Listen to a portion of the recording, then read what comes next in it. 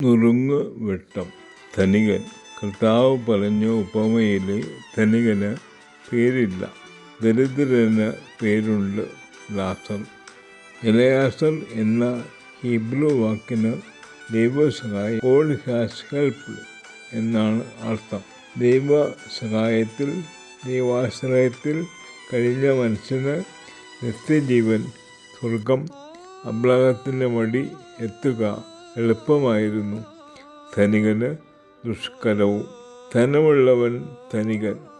എന്താണ് ധനം? മനുഷ്യന് നൽകപ്പെട്ടിട്ടുള്ള കഴിവുകൾ, ശക്തി, സൗന്ദര്യം, നന്മകൾ, സിദ്ധികൾ എല്ലാം ധനമാകാം.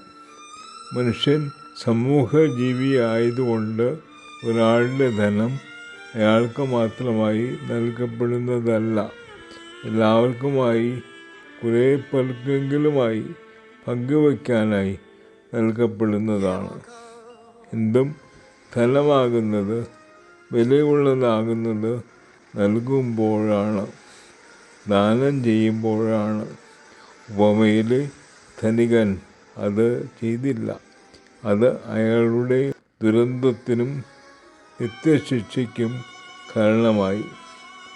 ധനം വേണ്ട പോലെ ഉപയോഗിച്ചാൽ, പങ്കുവച്ചാൽ രക്ഷയ്ക്കും അല്ലെങ്കിൽ ശിക്ഷയ്ക്കും കാരണമാകും എന്ന് സാരം.